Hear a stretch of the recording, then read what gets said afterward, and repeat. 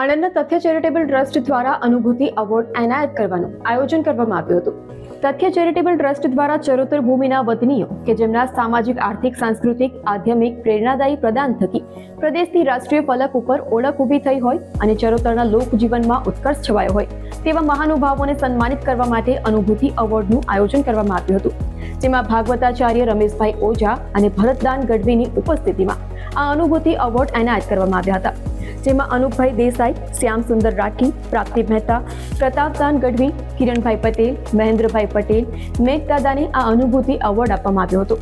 આ અનુભૂતિ એવોર્ડનું આયોજન જીસીટી કોલેજના ઓડિટોરિયમ હોલ વલ્લભ વિદ્યાનગર ખાતે કરવામાં આવ્યું હતું. જેમાં કોલેજના પ્રાધ્યાપકો, આચાર્ય, ટ્રસ્ટીઓ અને સંચાલકો ઉપસ્થિત રહ્યા હતા. તથ્ય ચેરિટેબલ ટ્રસ્ટ સમાજ ઘડતરની નિરંતર પ્રક્રિયામાં પ્રત્યક્ષ અથવા અપ્રત્યક્ષ સહાયરૂપ ચેતનાઓનું જતન કરતું સંસ્થાન છે. તથ્ય ચેરિટેબલ ટ્રસ્ટ દ્વારા દર વર્ષે અનુભૂતિ એવોર્ડનું આયોજન થાય છે.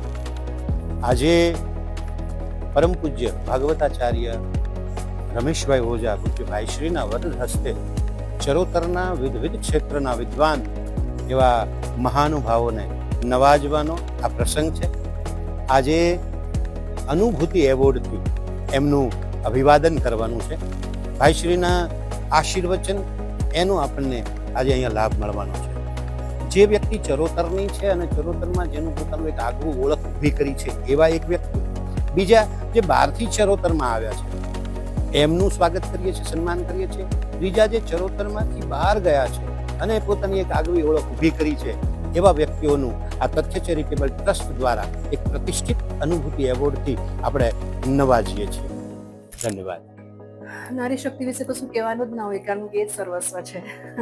આપણે મા જગદંબાને, મા લક્ષ્મીને ઘરે આવે ત્યારે કહીએ કે મા લક્ષ્મી આવ્યા, અને હરેક વસ્તુમાં આપણે આપણા કુળદેવીને પેલા ધ્યાન ધરતા હોઈએ છીએ કે આપણે આગળ કરતા હોઈએ. Same as it is a same એક માણસ તરીકે જન્મેલી મહિલાને સેમ માન અને સન્માન મળવું જોઈએ. અને મહિલા વગર આઈ થિંક કશું બી પોસિબલ છે નહીં. પણ મહિલા અને પુરુષમાં ના પડીએ અને ઇક્વાલિટીની વાત કરીએ તો વધારે સારું. તો પુરુષ પણ એટલો જ મહત્વનો છે, અને પુરુષ વગર પણ દુનિયા શક્ય નથી, અને મહિલા વગર પણ દુનિયા શક્ય નથી. પણ એક રિસ્પેક્ટ અને એક સન્માનના હકદાર બધા જ છે. તો આપણે હરેક વ્યક્તિને, હરેક માણસને એક સન્માનથી જોવું ખૂબ જરૂરી છે.